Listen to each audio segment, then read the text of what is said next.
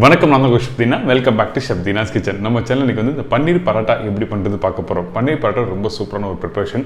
பர்டிகுலராக நார்த் சைடில் பார்த்தீங்கன்னா இந்த பன்னீர் பராட்டா நார்மலாக எல்லாரும் சாப்பிட்றது. நம்ம எப்படி இங்கே சவுத் சைடில் வந்து இட்லி, தோசை, அப்புறம் பொங்கல்லாம் சாப்பிட்றீங்களோ அதே மாதிரி பன்னீர் பராட்டா அங்கே நார்த் சைடில் ரொம்ப ஒரு விசேஷமான ஒரு ப்ரிப்பரேஷன். இந்த பன்னீர் பராட்டா ஒரு இன்ட்ரெஸ்டிங்கான ஸ்டைலில் எப்படி பண்ணுறது பார்க்க போகிறோம். அதுக்கு முன்னாடி இந்த டிஷ்ஷுக்கு தேவையான பொருட்கள் பார்த்தலாமா? பன்னீர் பராட்டாக்கு தேவையான பொருட்கள்: கோதுமை 2 கப்பு, பன்னீர் 300 கிராம், கொத்தமல்லி தேவையான அளவு, சீரகம் 1/2 டீஸ்பூன், மிளகாய் பவுடர் 3/4 டீஸ்பூன், சாட் மசாலா சிறிதளவு, பச்சை மிளகாய் 2, கீ தேவையான அளவு, உப்பு தேவையான அளவு. இதாங்க இந்த ப்ரிப்பரேஷன் தேவையான பொருட்கள். இப்போ இந்த ப்ரிப்பரேஷன் தேவையான பொருட்கள் பார்த்துருப்பீங்க. இப்போ நம்மக்கிட்ட வந்து 2 கப்பு கோதுமை இருக்குது. ஃபஸ்ட்டு நம்ம என்ன பண்ண போறோம்னா சப்பாத்தி மாவு எப்படி பிசைவீங்களோ அதே மாதிரி பிசைஞ்சு ரெடி பண்ண போகிறோம். அதுக்கு பிறகு இந்த பன்னீர் இருக்குது பார்த்தீங்களா, இந்த பன்னீர் பார்த்தீங்கன்னா உங்களுக்கு வந்து நல்லா திருவி வச்சுருக்கோம். அதாவது வீட்டில் கிரேட் இருக்கும், கிரேட் பண்ணி வச்சுருக்கோம். கையில் சில பேர் ஸ்மாஷ் பண்ணி போடுவாங்க, அப்படி பண்ண வேண்டாம். எதுக்காக கேட்டிங்கன்னா அப்படி ஸ்மாஷ் பண்ணி போட்டிங்கன்னா உங்களுக்கு வந்து அந்த உள்ள ஸ்டஃபிங் வச்சு நீங்கள் உள்ளே டம்ப்ளிங் பண்ணும்போதும் கரெக்டாக வெளியே வந்துடும். அதனால தான் கிரேட் பண்ணி யூஸ் பண்ணலாம் சொல்கிறேன். இப்போ நம்ம எப்படி பண்ணுறது பார்த்தலாமா? இப்போது நம்மக்கிட்ட இருக்க இந்த கோதுமை வந்து இந்த கப்பில் ஆட் பண்ணலாம். சப்பாத்தி மாவு எப்படி பசைவீங்களோ அதே மாதிரி தான், வேறு எதுவுமே இல்லை. ஸோ இப்போ வந்து சால்ட் தேவையான அளவுக்கு சால்ட் ஆட் பண்ணுறேன். சால்ட் வந்து கரெக்டாக ஆட் பண்ணுங்கள், ரொம்ப இம்பார்ட்டன்ட். ஏன் கேட்டிங்கன்னா இல்லை ஸ்டஃபிங் நம்ம வந்து ரெடி பண்ணுவோம்ல, அந்த பன்னீர் ஸ்டஃபிங், அந்த டைமில் வந்து அதுலேயும் சால்ட் இருக்கும், இதுலேயும் சால்ட் இருந்ததுன்னா அதிகமாகிடும். அதனால் உங்களுக்கு தேவையான அளவுக்கு நீங்கள் சால்ட் பார்த்து ஆட் பண்ணுங்கள். அதுக்கப்புறம் தண்ணி ஆட் பண்ணுறோம். இப்போது இந்த மாதிரி மாவை நல்லா மிக்ஸ் பண்ணி பிசைஞ்சிருங்க. நான் ஆல்ரெடி வந்து சப்பாத்தி மாவு எப்படி பிசைன்னு சொல்லி உங்களுக்கு சொல்லியிருக்கேன். அதோட லிங்க்கும் கீழே நம்மளோட பாக்ஸில் கொடுத்துருக்கேன், சரிங்களா? அதுக்கப்புறம் திருப்பி ரிப்பீட் பண்ணுற என்ன விஷயம் கேட்டிங்கன்னா, இந்த மாவு பிசையும்போது லூஸாக இருக்கக்கூடாது, கொஞ்சம் டைட்டாக இருக்கணும். அதே டைமில் சாஃப்டாக இருக்கணும், அது ரொம்ப இம்பார்ட்டன்ட். இப்போது ரெடி ஆயிடுச்சு. இங்கே பாருங்கள், இந்த மாவு வந்து எந்த அளவுக்கு நல்லா டைட்டாக பிசைஞ்சிருக்கேன்னு. இப்போது இந்த டைமில் வந்து நான் நல்லா பிசைஞ்சிருக்கேன்ல, இது கொஞ்சம் டைம் எடுத்த பிறகு என்ன பண்ணால் கொஞ்சம் சாஃப்ட் ஆகும், அதே டைமில் கொஞ்சம் லூஸ் ஆகும். அதனால் ஸ்டார்டிங்கே நீங்கள் மாவு பிசையும்போது டைட்டாக பிசைன்னு சொல்கிறேன். இது கரெக்டாக ஒரு 1/2 hour ரெஸ்ட் விட்டுருங்க. அதுக்கு பிறகு வந்து இதில் ஸ்டஃபிங் பண்ணி நம்ம ரோல் பண்ணி நம்ம பன்னீர் பரோட்டா ரெடி பண்ண போகிறோம். இப்போது இந்த பன்னீர் நான் சொன்ன மாதிரி நல்லா கிரேட் பண்ணி வச்சுருக்கேன். இந்த மாதிரி நல்லா கிரேட் பண்ணி வச்சுருங்க. அதுக்கு முன்னாடி வந்து இந்த பன்னீர் குவாலிட்டி எப்படி இருக்குன்னு செக் பண்ணணும். நீங்கள் கடையில் வாங்கின உடனே வந்து வீட்டுக்கு வந்த பிறகு இதை நைஃப்பில் கட் பண்ணிங்கன்னா உங்களுக்கு வந்து என்ன ஆகுதுன்னா, உங்களுக்கு வந்து இல்லை சைடில் கட் பண்ணும்போது க்யூப்ஸ் கட் பண்ணும்போது வந்து கரெக்டாக வந்து புள்ளியாக இருக்கும். அப்படி புள்ளியாக இருந்ததுன்னா அந்த பன்னீர் குவாலிட்டி சரி இல்லைன்னு அர்த்தம். அதாவது கட் பண்ண உடனே அந்த ஃபைனாக இருந்ததுன்னா உங்களுக்கு வந்து அந்த புளிப்பு தன்மை தெரியாது. அப்படி இல்லைனா நீங்கள் சாப்பிட்டு பார்த்தாலே தெரிஞ்சிடும் அந்த பன்னீர் குவாலிட்டி எப்படி இருக்குன்னு சொல்லி. இதுக்கு பிறகு நம்ம என்ன பண்ணோம், இந்த சில்லி பவுடர் இப்போ ஆட் பண்ணுறோம். இந்த மிளகா பவுடர் வந்து உங்கள் ஆப்ஷன் தான், உங்களுக்கு கம்மியாக வேணால் நீங்கள் ஆட் பண்ணிக்கலாம், ஒன்றும் தவறு இல்லை, சரியா? காரம் அதிகமாக வேணால் பச்சை மிளகா தான் அதில் ஆட் பண்ணணும், வேறு எதுவும் இல்லை.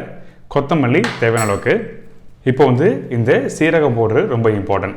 இந்த சீரக பவுடர் வந்து இந்த பன்னீர் ப்ரிப்பரேஷனுக்கு ரொம்ப எதுக்காக கேட்டிங்கன்னா, அந்த ஜீராவோட அந்த ஃப்ளேவர் கரெக்டாக இருந்தால் தான் உங்களுக்கு வந்து அந்த சாப்பிடும்போது உங்களுக்கு நல்லாயிருக்கும்.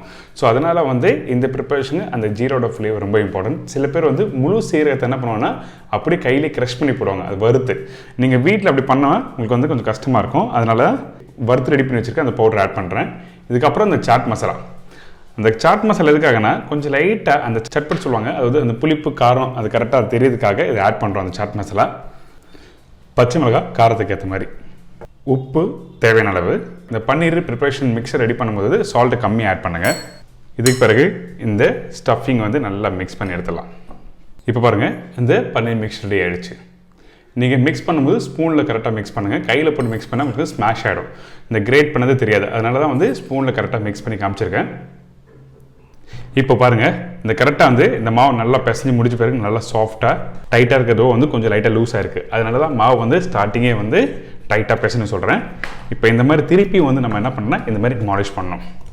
நம்ம சப்பாத்தி எப்படி பண்ணுறது சொல்லி உங்களுக்கு தெளிவாக சொல்லியிருப்பேன், அதில் எப்படி ரெடி பண்ணுறேன்னு சொல்லி நீங்கள் பார்த்தாவே உங்களுக்கு தெரியும். இப்போ இந்த மாதிரி நல்லா பிசைஞ்சு முடிச்ச பிறகு நம்ம என்ன பண்ணுறோன்னா, இந்த டோருக்கு பார்த்தீங்கன்னா கொஞ்சம் லைட்டாக ஃப்ளார் கட் பண்ணுறேன். ஃப்ளார் ஜஸ்ட் லைட்டாக அப்படி மேலே போட்டு கையிலையும் இந்த மாதிரி அப்ளை பண்ணுங்கள். எதுக்கான ஒட்டாமல் வர்றதுக்காக மட்டும்தான். இந்த மாதிரி மாவு எடுத்து சின்ன சின்ன சைஸ் உங்களுக்கு பிடிச்ச மாதிரி சைஸ் நீங்கள் ரெடி பண்ணிக்கலாம். ஃபஸ்ட்டு ஈவனாக இந்த மாதிரி பேடை ரெடி பண்ணிக்கோங்க. இந்த பேடை ரெடி பண்ணி முடித்த பிறகு தான் நம்ம ஸ்டஃபிங் பண்ண போகிறோம். இப்போ வந்து நம்ம பேடை ரெடி பண்ணி முடித்த பிறகு நம்ம ரோல் பண்ணி வச்சுருக்கோம். அதாவது இங்கே பாருங்கள், இந்த மாதிரி இருக்குல்ல, உள்ளங்கையில் வச்சுட்டு இந்த மாதிரி நல்லா இப்படி நல்லா ப்ரெஸ் பண்ணி, அதுக்கப்புறம் ப்ரெஸ் பண்ணி கொஞ்சம் அப்படியே மெதுவாக ரோல் பண்ணும். ரோல் பண்ணினா உங்களுக்கு வந்து இந்த மாதிரி ரெடி ஆகிடும். பார்த்தீங்களா, ரெடி ஆகிடுச்சு.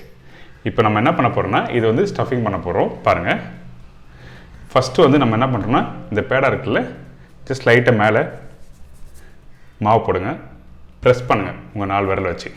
திருப்பியும் இப்படி திருப்பிட்டு இப்படி நல்லா ப்ரெஸ் பண்ணணும். இப்படி திருப்பி ப்ரெஸ் பண்ணணும். எதுக்காக இப்படி ப்ரெஸ் பண்ணணும்னா அந்த ஈவனாக வந்து உங்களுக்கு மாவு வந்து அமுங்கும். அதனால தான் இப்படி பண்ணுறோம். அதுக்கு பிறகு வந்து நீங்கள் வந்து கையில் இப்படி ரோல் பண்ணலாம். நம்மளோட 2 சின்ன விரல், அதுக்கப்புறம் பெரிய விரல் மேலே, சின்ன விரல் கீழே. அப்படி கஷ்டமாக இருக்குன்னா அந்த டைமில் நம்ம என்ன பண்ணணும்னா நீங்கள் இந்த மாதிரி வீட்டில் சப்பாத்தி கட்டை இருக்குல்ல, சப்பாத்தி கட்டை எடுத்து ரோல் பண்ணணும். லைட்டாக ரோல் பண்ணிவிட்டு அதுக்கு பிறகு நம்ம வந்து திருப்பி வந்து இந்த கார்னர் பகுதியை தின்னாக்கணும். இப்போ ரெடி ஆகிடுச்சு.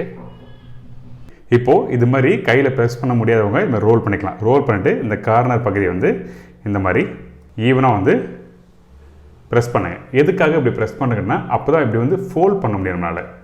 ஸோ அதுக்கப்புறம் இந்த நடுப்பகுதியை இப்படி சென்டராக வச்சுட்டு இந்த ஸ்டஃபிங் இருக்குல்ல, தேவையான அளவுக்கு நம்ம இந்த ஸ்டஃபிங்கை இதில் ப்ளேஸ் பண்ணுறோம். இந்த ஸ்டஃபிங் வந்து நீங்கள் வந்து உங்களுக்கு பிடிச்ச மாதிரி வந்து மிக்ஸ் வெஜிடபிள், பன்னீர், உருளைக்கிழங்கு, முள்ளங்கி எது வேணால் வைக்கலாம். ஸோ இப்போ இந்த ஸ்டஃபிங் நிறைய வைக்கணும், கம்மியாக வைக்க வேண்டாம். கம்மியாக வச்சுன்னா உங்களுக்கு வந்து அந்த பன்னீர் பரோட்டா பண்ணுறது தெரியாது. பாருங்கள், இது எப்படி ஃபோல்ட் பண்ண, நம்ம வீட்டில் எப்படி துணி மடிப்பாங்கல்ல அதே மாதிரி தான். அவ்வளோதான். மடிச்சுட்டு இதை இப்படி ப்ரெஸ் பண்ணுங்கள். அதுக்கு பிறகு வந்து இதை அப்படியே டேர்ன் பண்ணி மெதுவாக இந்த இடத்துல நம்ம மெதுவாக ரோல் பண்ணணும். வேகமாக ரோல் பண்ணால் இந்த ஸ்டஃபிங் வெளியே வந்துடும். அதனால தான் பாருங்கள், இதுக்கப்புறம் இந்த மாதிரி ரோல் பண்ணிவிட்டு கொஞ்சம் ரெஸ்ட் வேணும் அதுக்கு. இதே மாதிரி நம்ம எல்லாத்தையும் இப்போ ரெடி பண்ணிடலாம். இப்போ கையில் எப்படி ப்ரெஸ் பண்ணி ரோல் பண்ணுற காமிக்கிறேன் ப்ராப்பராக. இது வந்து ஹோட்டல் இண்டஸ்ட்ரியில் ரெகுலராக நாங்கள் பண்ணுறது. ஸ்டார்டிங் வந்து நடுப்பகுதியிலேருந்து ப்ரெஸ் பண்ண ஆரம்பிக்கணும். மேல் விரல் இப்படி வச்சு பாருங்கள், பூ மாதிரி வரும். அப்படியே ப்ரெஸ் பண்ணி அப்படியே மேல் பகுதி வரணும். அப்போ தான் உங்களுக்கு ஒரு ஈவனாக வந்து உங்களுக்கு கரெக்டாக அந்த ஸ்டஃபிங் உள்ளே வச்சுட்டு ரோல் பண்ண முடியும். அது மட்டும் இல்லை, இந்த பகுதி நடுப்பகுதி நல்லா கெட்டியாக இருக்கும். அந்த ஸ்டஃபிங் வந்து பன்னீர் ஸ்டஃபிங் வந்து கரெக்டாக தேவைக்கு வச்சுக்கோங்க. இந்த ஸ்டஃபிங் ரெடியான பிறகு சால்ட் செக் பண்ணுங்கள். அந்த சால்ட் வந்து கரெக்டாக இருக்கு வச்சுருக்கீங்கன்னா பார்க்கணும். இந்த விரல் வந்து இங்கே இருக்கணும். ஏன்னா இது இப்படி ஹோல்ட் பண்ணுறதுக்கு இது. அதுக்கப்புறம் வந்து இந்த சின்ன விரல் வச்சு இப்படி லைட்டாக நீங்கள் ப்ரெஸ் பண்ணணும். அதுக்கப்புறம் அப்படியே டேர்ன் பண்ணி அப்படி கரெக்டாக நீங்கள் ரோல் பண்ணிவிட்டு ஓரளவுக்கு பேசிக்காக ரோல் பண்ணி முடிச்ச பிறகு நீங்கள் வந்து என்ன பண்ணலாம் கேட்டிங்கன்னா உங்களுக்கு வந்து வேகமாக சுற்றலாம். சரிங்களா? இப்போது இந்த மாதிரி ஃபோல்டிங் இருக்குல்ல, கரெக்டாக வச்சு ரோல் பண்ணி எடுத்திங்கன்னா உங்களுக்கு கரெக்டாக ஆகிடும். சரிங்களா? இந்த இதெல்லாம் பார்த்தீங்கன்னா தின்னாக இருக்கும். நீங்கள் உடனே ப்ரெஸ் பண்ணால் உங்களுக்கு வெளியே வந்துடும். ஸோ அதனால் கொஞ்சம் ரெஸ்ட் விட்டு அதுக்கப்புறம் பண்ணலாம். இப்போ இதே மாதிரி எல்லாத்தையும் நான் ரோல் பண்ணி எடுத்துடுறேன். இப்போது நம்ம வந்து ஸ்டஃபிங் ரெடி பண்ணி வச்சு கொஞ்சம் ரெஸ்ட் விட்டுருக்கோம். எதுக்காக ரெஸ்ட் விட்டுருங்கன்னா உள்ளே வந்து ஏர் பிளாக் ஆகும். ஸோ அந்த டைமில் கொஞ்சம் ஃப்ரீயாக விடுனா இந்த கேப் வழியாக எல்லாமே ரிலீஸ் ஆகிடும். உடனே ஸ்டஃபிங் பண்ணி முடிச்ச உடனே நீங்கள் ப்ரெஸ் பண்ணிங்கன்னா உங்களுக்கு வந்து கண்டிப்பாக வந்து உள்ளே இருக்க ஸ்டஃபிங் வெளியே வந்துடும். ஸோ இப்போ ரெடி ஆனதை வந்து நம்ம என்ன பண்ணுறோன்னா இப்போது ஜஸ்ட் லைட்டாக இந்த ஃப்ளார் ஜஸ்ட் லைட்டாக அப்படி மேலே போட்டு பண்ணி முடிச்சிருக்கேன்ல, பண்ணி முடித்த பிறகு இந்த விரலை வச்சு இப்படி ப்ரெஸ் பண்ணுங்க ஃபஸ்ட்டு. அதுக்கப்புறம் திருப்பி இந்த மாதிரி ப்ரெஸ் பண்ணிங்கன்னா ஈவன் ஆகிடும். ரொம்ப ரொம்ப இம்பார்ட்டன்ட். நீங்கள் வீட்டில் பண்ணும்போது இந்த மாதிரி ப்ரெஸ் பண்ணணும்.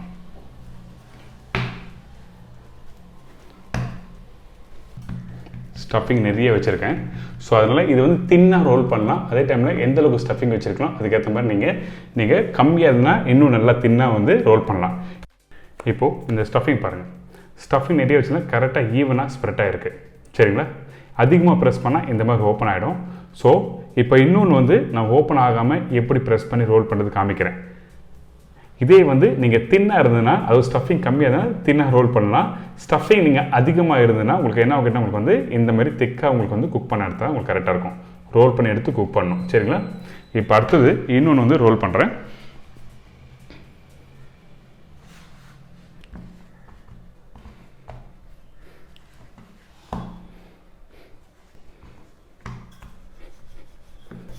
அவ்வளோதான். ஒரு பரோட்டா நீங்கள் குக் பண்ணி எடுத்தாலே உங்களுக்கு சஃபிஷியன்ட். ஒரு அதுக்கு மேலே சாப்பிட முடியாது. அதிகபட்சம் நிறைய சாப்பிட்றவங்க பார்த்தீங்கன்னா 1.5 பரோட்டா சாப்பிடுவாங்க. இந்த மாதிரி கொஞ்சமாக மீடியமாக சாப்பிட்றவங்க பார்த்தீங்கன்னா ஒரு பரோட்டா சாப்பிட்டாலே போதும். இப்போ ரெடி ஆகிடுச்சு. இப்போ நம்ம குக் பண்ண போகிறோம். ஓகே,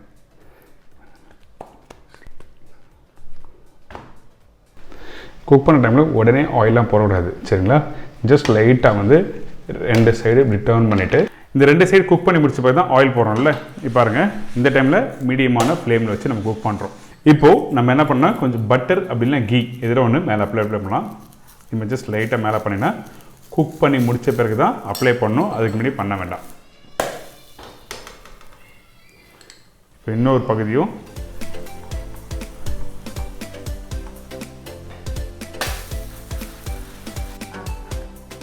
இப்போது இந்த பன்னீர் பரோட்டா ரெடி ஆகிடுச்சு. இப்போ இந்த டிஷ் டேஸ்ட் பண்ணி பார்த்தலாமா? என்னங்க, இந்த பன்னீர் பரோட்டா எப்படி பண்ணுறது எல்லா கேஸும் தெரிஞ்சிருக்கோம். இப்போ ரெடியான ப்ரிப்பரேஷன் நம்ம டேஸ்ட் பண்ண போகிறோம். இந்த பரோட்டா சாப்பிடும்போது நீங்கள் வந்து பர்டிகுலராக வந்து நல்லா திக்கான கேர்டு, அதுக்கப்புறம் மாங்காய் ஊறுக்காய் அதை சாப்பிட்டு பாருங்கள், சூப்பராக இருக்கும். இந்த மாங்காய் ஊறுக்காய் அதுக்கப்புறம் இந்த தயிர் ரெண்டுத்தையும் இப்படி தொட்டு இப்படி எடுத்து சாப்பிட்டா சூப்பர். பர்டிகுலராக அந்த மாங்காய் ஊறுக்காய் அதுக்கப்புறம் இந்த தயிரோடு சாப்பிடும்போது சூப்பரான ப்ரிப்பரேஷன். நான் இந்த ப்ரிப்பரேஷன் திருப்பி சொல்கிறேன். இந்த ப்ரிப்பரேஷன் வந்து இந்த பரோட்டா வந்து ஒரு ஆளுக்கு ஒரு பரோட்டா கரெக்டாக இருக்கும். அதிகமாக சாப்பிட்றவங்க பார்த்தீங்கன்னா 1.5 பரோட்டா. எங்கள் வீட்டில் யாராவது கெஸ்ட் ஆனால் அந்த டைமில் சம்திங் ஒரு டிஃப்ரெண்ட்டாக நம்ம பிரேக்ஃபாஸ்ட் கொடுக்கணும்னு நினச்சிங்கன்னா அந்த டைமில் இந்த மாதிரி ப்ரிப்பரேஷன் வீட்டில் பண்ணுங்கள். இது பிரேக்ஃபாஸ்ட் மட்டும் இல்லை, லஞ்ச் டின்னர் எல்லா மீல்லையும் வந்து நம்ம இந்த ப்ரிப்பரேஷன் சாப்பிடலாம். இதே மாதிரி நாளைக்கு இன்னும் சூப்பரான சுவையான டிஷ் சந்திக்கிறேன். நன்றி, வணக்கம், see you, bye bye, take care.